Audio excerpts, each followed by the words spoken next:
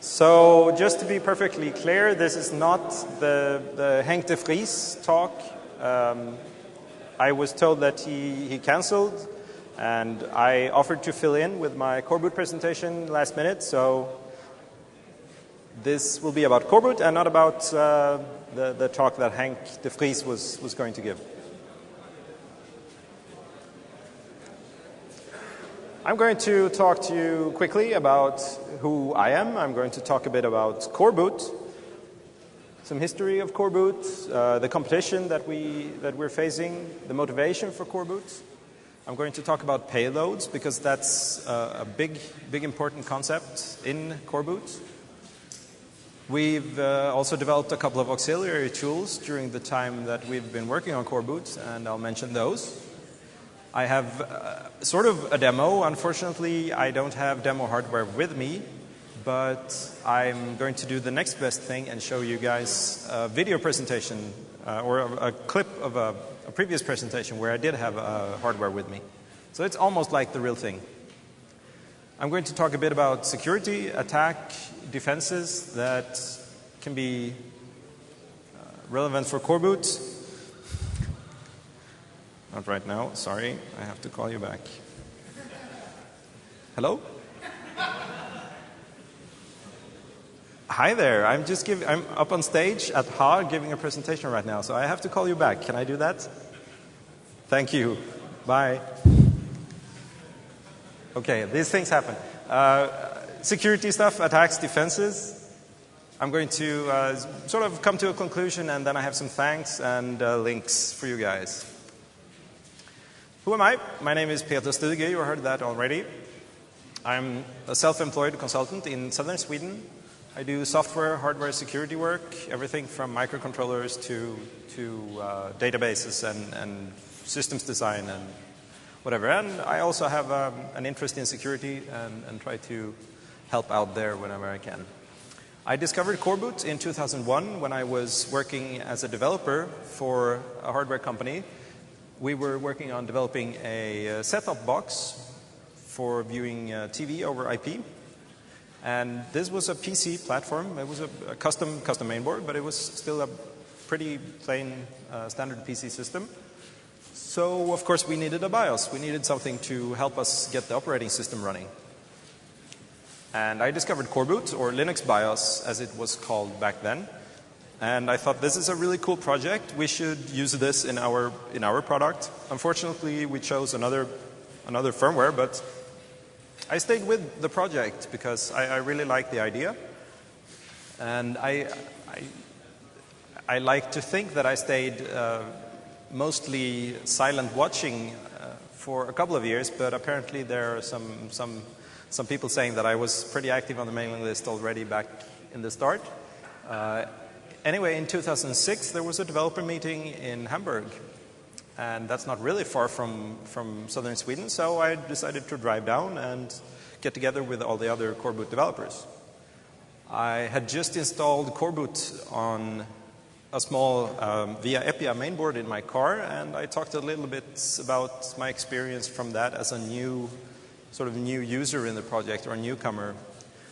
Because I thought there were some usability issues, usability issues even for developers when trying to implement coreboot. It was kind of tricky, so I wanted to work on that a bit. I took a great part in the design of version 3. I talked a lot about how I would like things to work, improving the design of version 2 wherever possible. We started out designing version 3 at this developer meeting in Hamburg. I've also done a lot of work on Flash-ROM, which is one of the utilities that I'm going to talk about in a bit. Likewise, MSR tool, which is a debugging utility.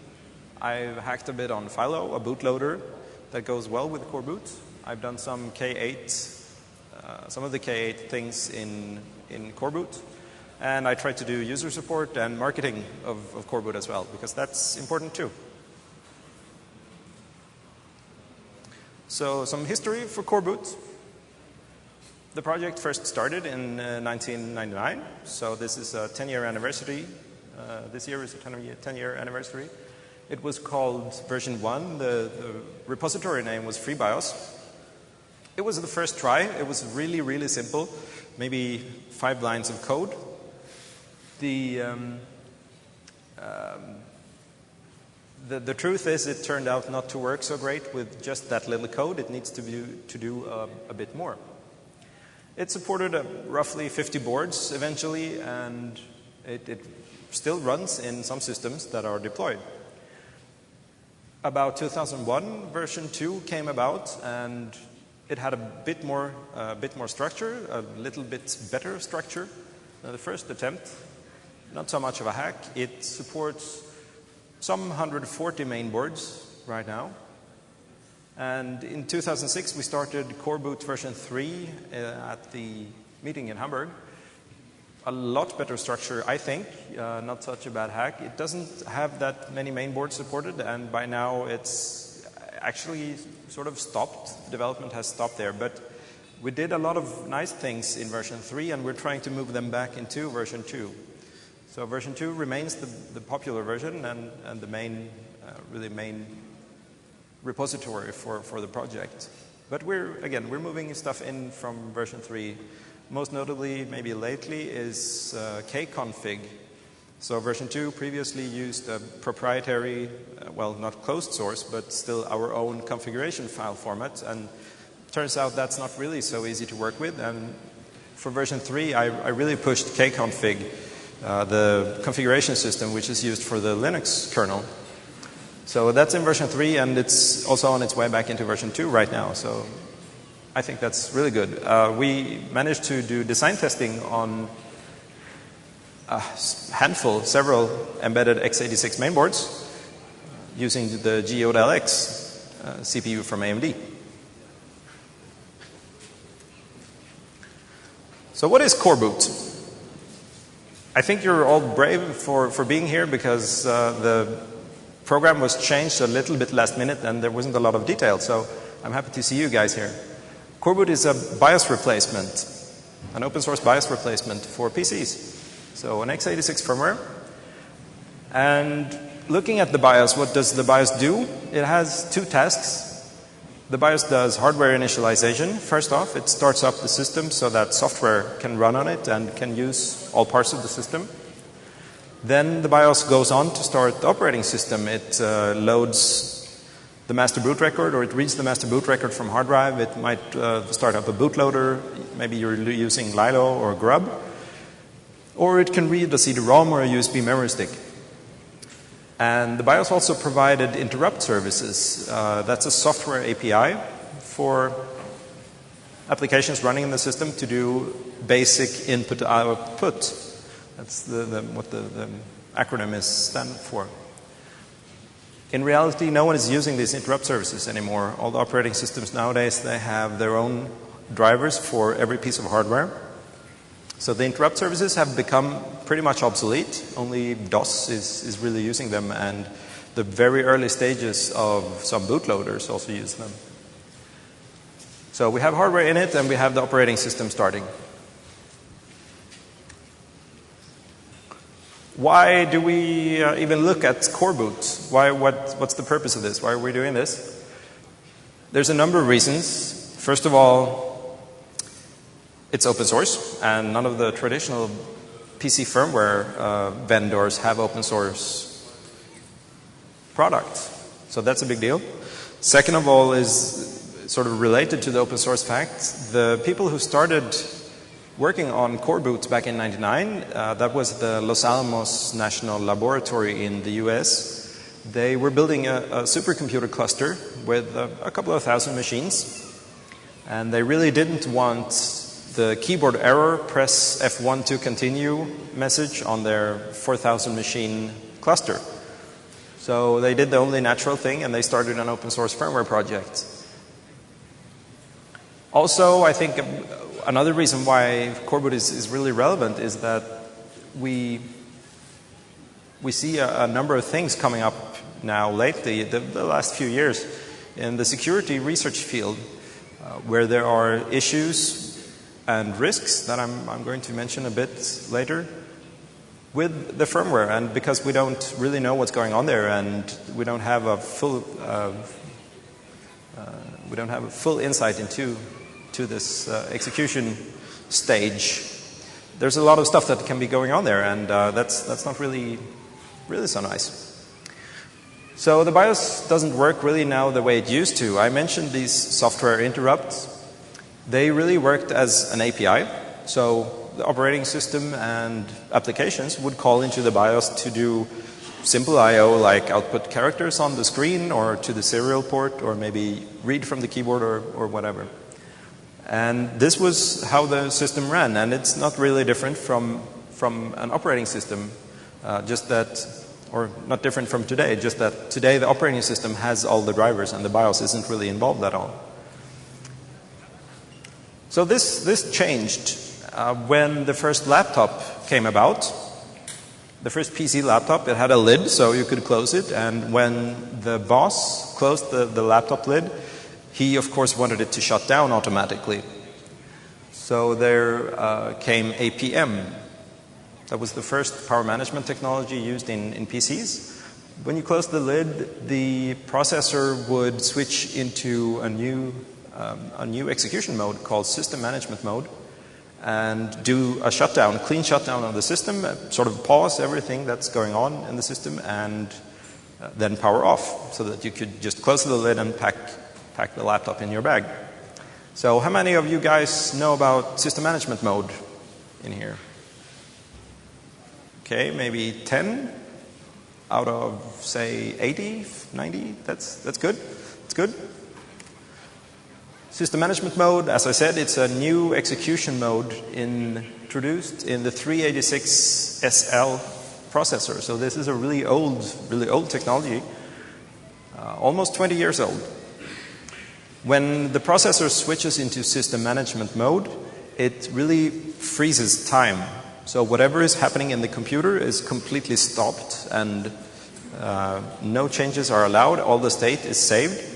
Once in system management mode, the processor can execute some small functions and really do whatever it wants to, because the normal system is completely stopped. So all state is saved, and a pre-configured system management mode handler is executed. And there was also an electrical signal added to the processor, so a new pin, a new interrupt pin, which is, of course, what was used for signaling that the lid was closed. So when you close the lid, this pin wiggles on the CPU, and the CPU switches, pauses whatever is running in the operating system, switches into system management mode, which will do hibernation, save state to hard drive or to memory, and power off. It's not only this new interrupt signal, though. System management mode can also be invoked by SMI traps. And these SMI traps, they're really a software filter. So you set up a number of rules where accesses to particular RAM locations, so particular addresses in RAM, or particular I/O ports, I/O addresses, will in fact trigger this system management mode. And using this technology, you can quite easily virtualize hardware. Because, for example, the PCI bus runs really completely off of 2 I/O ports, or, well, 8 I/O ports, 8 I/O addresses. And if you hook these I/O addresses to go into system management mode, an operating system trying to scan the PCI bus could, when it reaches a special point, be moved into a system management mode, or the system switches into system management mode, and there's a system management mode handler which replies just as if there was actually a PCI card plugged in. But in fact, it's just a virtual PCI card running in system management mode. AMD Geode, the Geode series, which is what we were using in the set-top box, and also something that's been well supported throughout the history of Linux BIOS and coreboot, because AMD really help us out a lot. The Geode platform, it works like a PC, but it's really a new architecture, and it uses system management mode to virtualize PCI devices like I just described. Also, any PC that you might have that supports USB keyboards and USB storage in the BIOS will be using system management mode, especially for the keyboard emulation. If you have, if you're able to plug a USB keyboard in and still type stuff on that to your bootloader, then you can know that your USB BIOS, or your USB BIOS is running some system management mode handler. The PS2 keyboard is also using I/O ports. So when the bootloader tries to talk to the PS2 keyboard on these I/O ports, in fact, it triggers system management mode, which will communicate over USB instead, and then return a result just as if there was really a PS2 keyboard.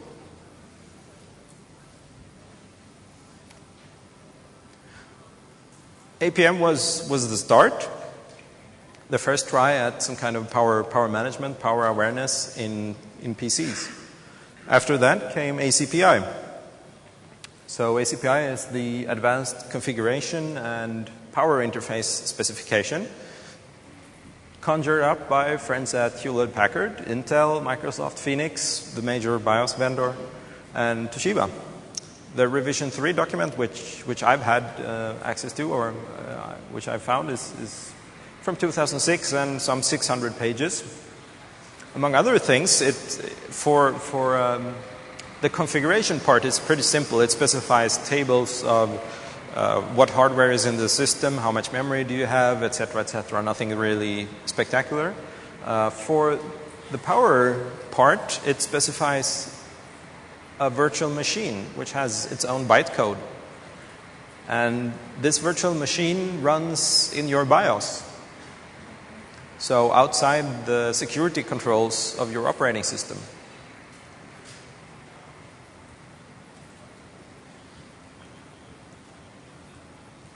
Is it really outside the operating system? Yeah, at first they implemented it that way, but it turned out to be way too slow.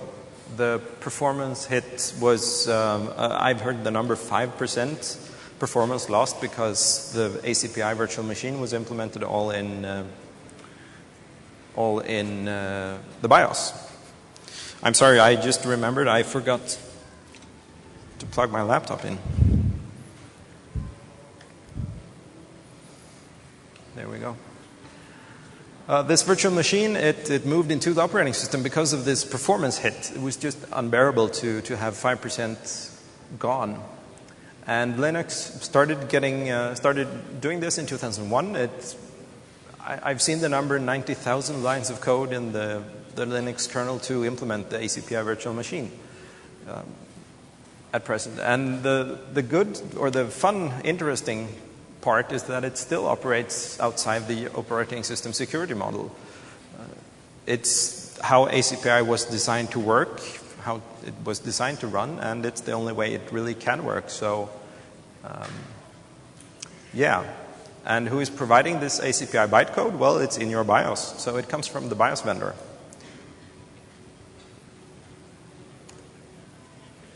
Okay, looking around, what's out there in this field? For the PC, there's really two options. There's BIOS. There are a few BIOS vendors left. Really only two big ones. That's Phoenix and that's AMI. They bought everyone else.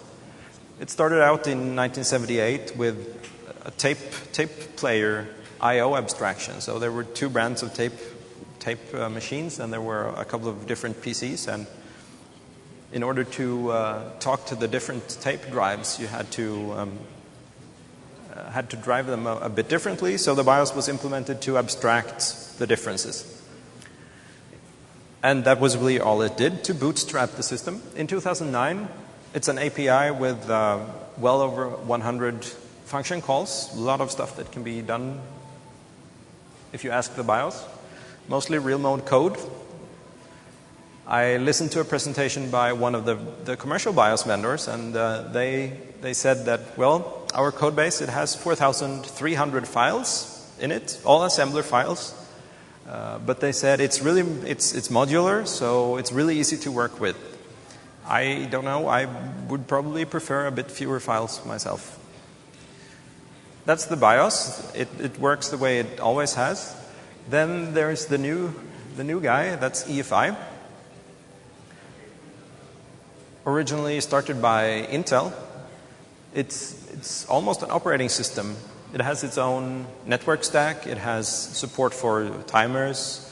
It's really modular compared to the BIOS, which is just one big lump. It's possible to download a development kit called Core from the web. It's BSD licensed, about 250 megabytes. And compare that with Linux, which is maybe 50 megabytes. EFI is claimed to be open, and in fact, I've heard that the BIOS vendors, they were really scared of EFI when it was first started by Intel, because they thought, oh, okay, now open source firmware, now we're not going to have any market for our products anymore. But in fact, the open part of EFI is really just the foundation, and the BIOS vendors, they're all using that foundation, and they're adding building blocks onto that. So they still have their products. That worked out well for them, but it's not so nice for us because they make all their products closed. Because it's BSD licensed, that's okay to do. But still, I would prefer an open alternative. That's it on the PC, and of course there's coreboot. There are some related projects. Maybe you've heard about Grub and Lilo. I guess many of you are using either of them. They are bootloaders, and they relate to this field, but they run after the firmware is done. So first we have coreboot or BIOS or EFI, and then we move to a bootloader, which is started by the BIOS or the firmware, and the bootloader is responsible for starting up the operating system. There are some other options like Redboot, U-boot, and PMON. And there's also PMON 2000 for the Lungson processor and some MIPS processors, but they're really not so much for x86 architecture. They're more popular. I know U-boot can be made to run on x86, and maybe someone is using it already, but other than that, they're all for smaller systems. Otherwise, they have the same function. They initialize the hardware, and they get the operating system started. So I said coreboot is a BIOS replacement. And we talked a bit about how the BIOS works, how it's split into the hardware init and the operating system start. And coreboot does things differently. I think much better and at least very differently. Coreboot only does the first part, the hardware initialization, and then coreboot is finished. Coreboot doesn't run anymore. After the hardware initialization, there's a separate program which has to take over and do whatever should come next in this system. And we call that program a payload. Coreboot, the payload with coreboot, it can do whatever it wants. It can start an operating system. It can be a utility, some kind of application. There's really no limit to what can be done in the payloads. You're the only software running in the system. You have full control. Many times it is a bootloader because you want to maybe start an operating system. Coreboot and the payload, we put those two together in the coreboot build process, and then the result is flashed into the BIOS flash chip on the main board. So out with the BIOS and enter coreboot and payload. What are all these payloads then? Or what payloads are there? There's a whole bunch of them. Originally, the idea was to use only a Linux kernel as a payload, as the only payload. And that's also the reason for the name initially. The project started out being called Linux BIOS. The idea was to use Linux as the BIOS. Unfortunately, that could only work if the flash chip size on mainboards increased, and while costs have gone down a lot, the sizes haven't really gone up that much. Typical size for a BIOS flash chip today is 0.5 megabyte or maybe 1 megabyte, and that's really not enough to put a Linux kernel in there. With 1 megabyte you can squeeze it in, but it's a lot of work, and many times you can't get everything you want into there. So people wanted to use this anyway, and they come up with other payloads. We have a bunch of bootloaders. There's Philo, which is developed by also coreboot developers. It's a bootloader for starting Linux and multi-boot images off of local storage, so either hard drives or CD-ROMs. There's also a project to get USB.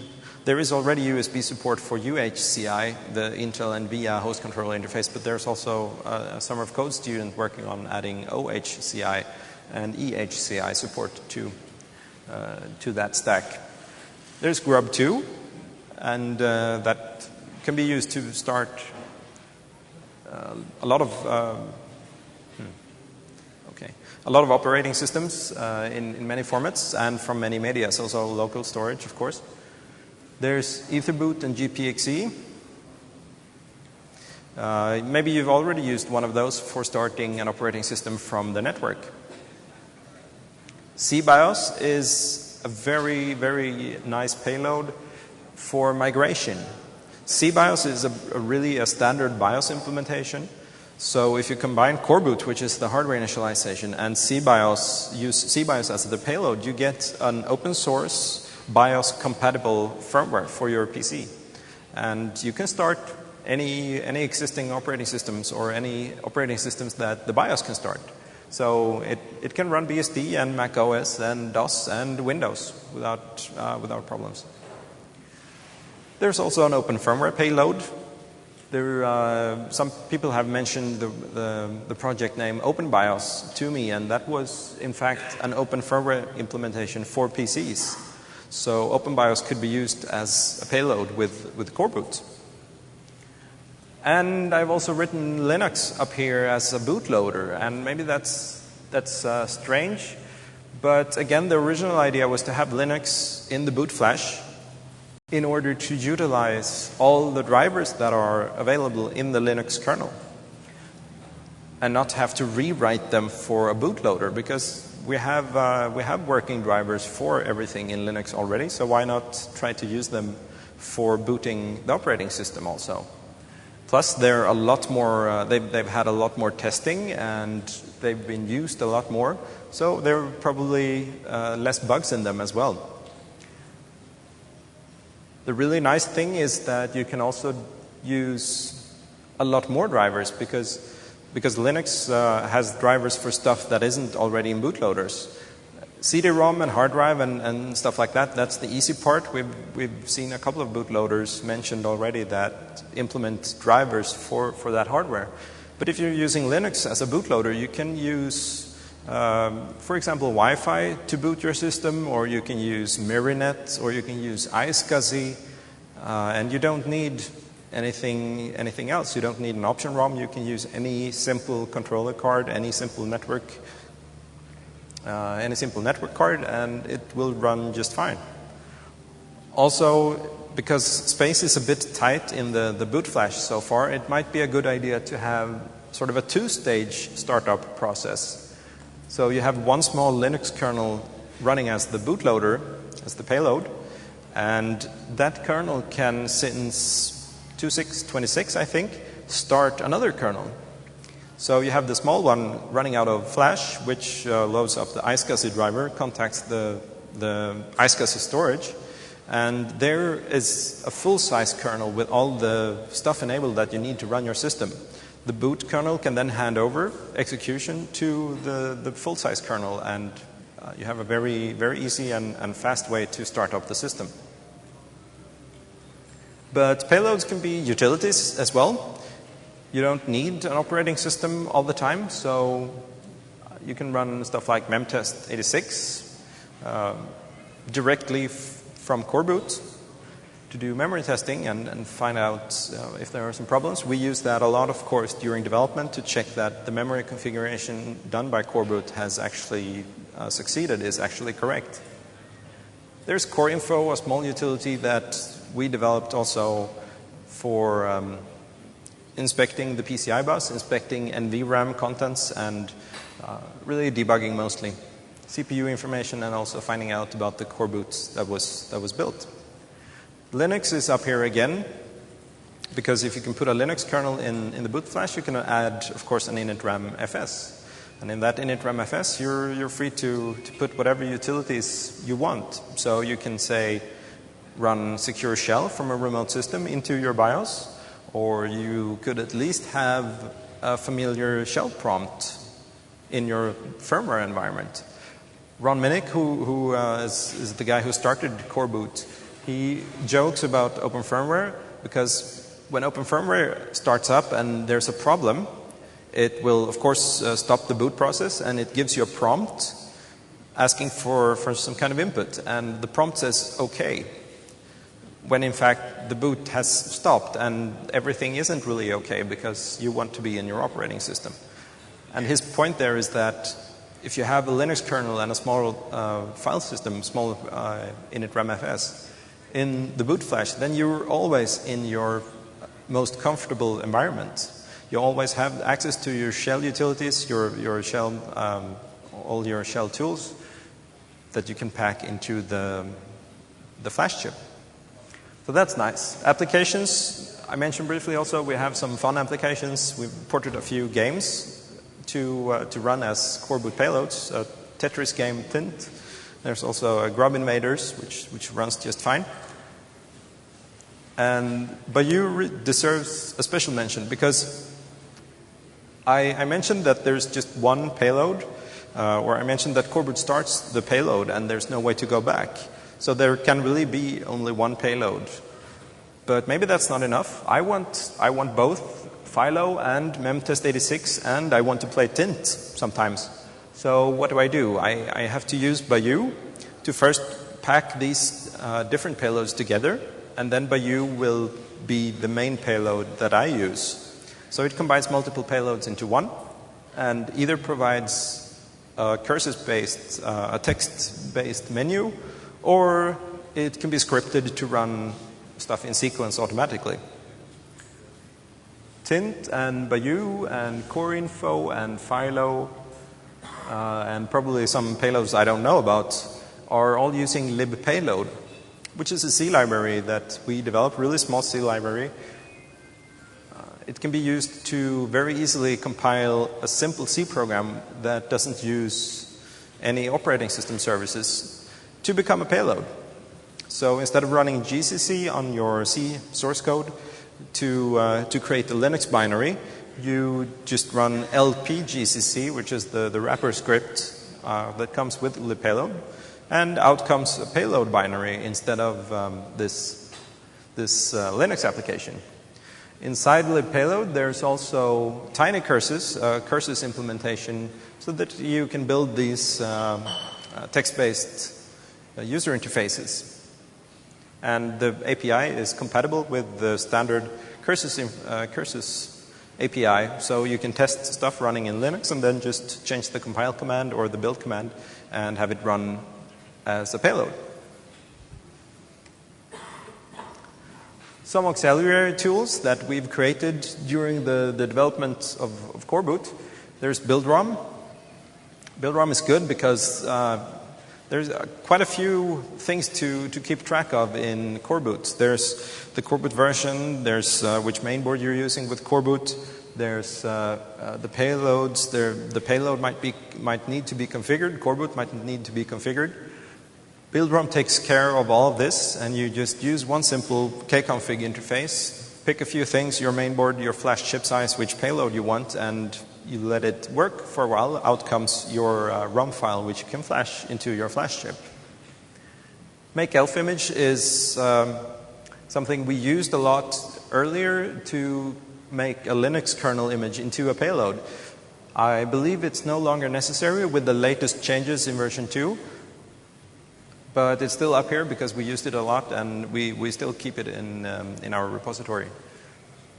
NVRAM tool, I mentioned briefly, it's for changing NVRAM settings, the battery-backed couple hundred bytes of memory, which is in your computer. The standard BIOS uses that to save settings as well. And so does coreboot. NVRAM tool uses a sort of a descriptor file, so it can be used to work on standard BIOS settings as well, not only coreboot and payload settings. Super I/O tool, Intel tool, and MSR tool, they're all pretty much debugging utilities for development. But also, short troubleshooting and finding out why a system isn't working. They're really good at decoding all the register values that are in the various chips in PC today. I also want to mention the tool FlashROM, especially. I've done a bit of work on that. Now I'm not so active there anymore. It's a BIOS upgrade tool for running on x86 BSD and Linux and Solaris and Mac OS X. So you're no longer required to reboot onto this FreeDOS floppy disk that you have to create every time you want to upgrade your BIOS. It supports cross-flashing. You can flash one flash chip, one BIOS image on a flash chip on a mainboard, which is different from the mainboard where the flash image is going to run, or the BIOS image is going to run. Standard BIOS flashing tools from the vendors, they usually don't allow this. Supports hundreds of flash chips and lots of chipsets, and the mainboards that are up here, 23 looks like a low number, and that's because it's only the number of mainboards that FlashROM needs to know about. There's also many hundred mainboards which just work, and FlashROM doesn't need special support for them, so FlashROM runs just fine on those as well. Push-pin flash is a fantastic idea that I wish I had come up with. If you have a couple of flash chips and you're moving them around, then it's really nice to take this corkboard pin, heat up the metal a bit, pull the pin out, and glue the plastic knob onto the flash chip. So you get a nice handle for the chip, and you can also color code them so you can remember which is the original BIOS that I should never, ever write over, and which are the development chips that I can use.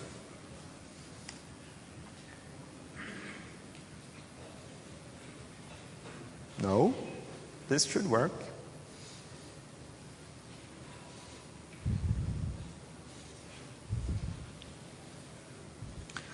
Just a second. Where are we? Oh. Device or resource missing. There we go.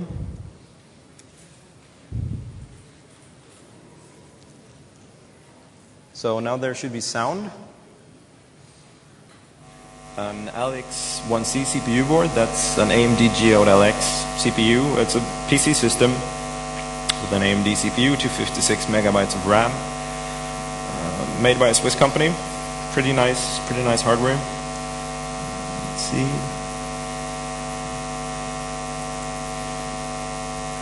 We have a serial console. So looking at the output here, we have a serial console. And I release reset now. We see coreboot starting up, and it finds the Linux kernel. The Linux kernel is starting now, and we're up. So that's the full boot process, and it's pretty snappy on this mainboard. Yes, it worked. It's always dangerous to do demonstrations on real hardware. Really quickly, some risks that we're facing without open source x86 firmware. We have RAM readout issues. If someone can come in and take control over the machine right after we've done a reset, then they have the possibility to read all of the RAM contents which was in the machine before the reset, and maybe find cryptography keys or other things that we would prefer no one else has access to. It's easy to do TPM emulation or TPM sharing, so you want to play some music on the fruit box over in the corner. You can do that by using the same virtualization tricks that the USB BIOS uses for keyboards. System management rootkits have been popping up at security conferences lately, and it's of course possible to do anything that is virtualize anything that is using I/O. Remote hard drives have some fun with fans and make the fans spin at various speeds to create sound. You can play audio that way. User lockout force someone to play tint if you use coreboot for an attack. And the last, I think, popular thing is to do code injection or modification of the operating system from the firmware. So the firmware runs and changes little bits and pieces inside the operating system so that when the operating system starts up, there's a backdoor, and whoever created the BIOS or controls the BIOS can really control the machine, even though the operating system is running and only I know the root password. What can we do to defend ourselves using Open86 firmware? We can make sure to clear all memory when we're shutting down. We can detect whenever someone opens the case and do the same there. We can filter ACPI, the ACPI bytecode, implement ACLs depending on what kind of attachments or devices, peripherals are attached. Virtualization, do encryption on the fly. We can make sure the flash chip is locked down so no one can read or write to it. And in conclusion, there are some good things about coreboot, I think. Really short startup time, as you had a chance to see. It's open source, that's important. GPL for coreboot itself, but it's important to us that the payloads are separate so that they can use a separate license. So coreboot uses GPL and the lib payload is BSD licensed. Auditability, so you can really check what's going on inside your firmware, written in C instead of assembly language. There's one source tree for all the roughly 200 mainboards that we are supporting right now, meaning we have a lot more reusability, chances for reusability, and it's much easier to extend the source code than if you're using an assembly firmware. Challenges, we still need to do more testing to keep the quality increasing instead of decreasing, which might happen at times. We do compile testing of every mainboard at every commit, but we can do even better. We'd like to do even better. We need to polish all the boards in there to a full 100%, but most of the boards aren't really far away, so it's many times mostly a matter of someone stepping up and having the board and wanting to straighten the wrinkles that are still in there. We still have to do some work on a clever ACPI implementation or a clever ACPI infrastructure, I think. Rudolf Marek and Stefan Reinau have already done some great work. And that's kind of where I'm going to look in the future also a bit. So there's a lot of fun stuff going on. Please come see us. I'm here. I'm in the hardware hacking BSD village. And I have to say thanks to Wim van de Putte and Fabienne Serrea of the hardware hacking village and BSD village for setting up a really great environment. Please come, talk to us, check it out. And also thanks to Tim Gemmel for booking me into this slot that opened up in the program. So we have a website, coreboot.org, mailing list. Please join and come talk to us. We're also on IRC, on Freenode, #coreboot. I'm Care Bear. The coreboot.org website is a wiki, so you can add almost anything afterwards, after the domain name that you want, or you can use the search. So that's all I have. Do you have any questions? I know we're running out of time a bit, but maybe there's time for just a few short questions if there are any.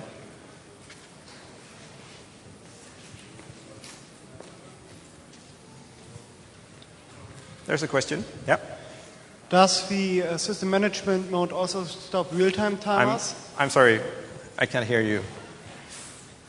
Does the system management mode also stop any real-time clocks on the system? I still can't hear you.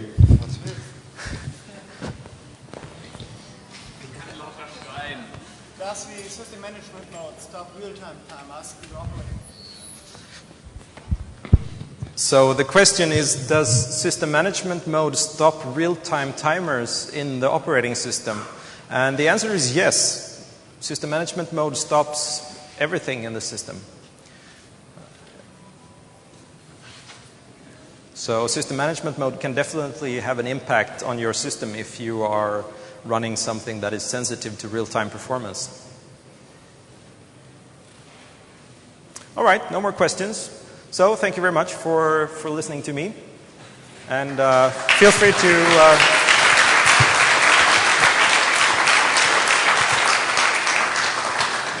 feel free to find me later or in the BSD Village if you want to talk more. Thank you. No problem.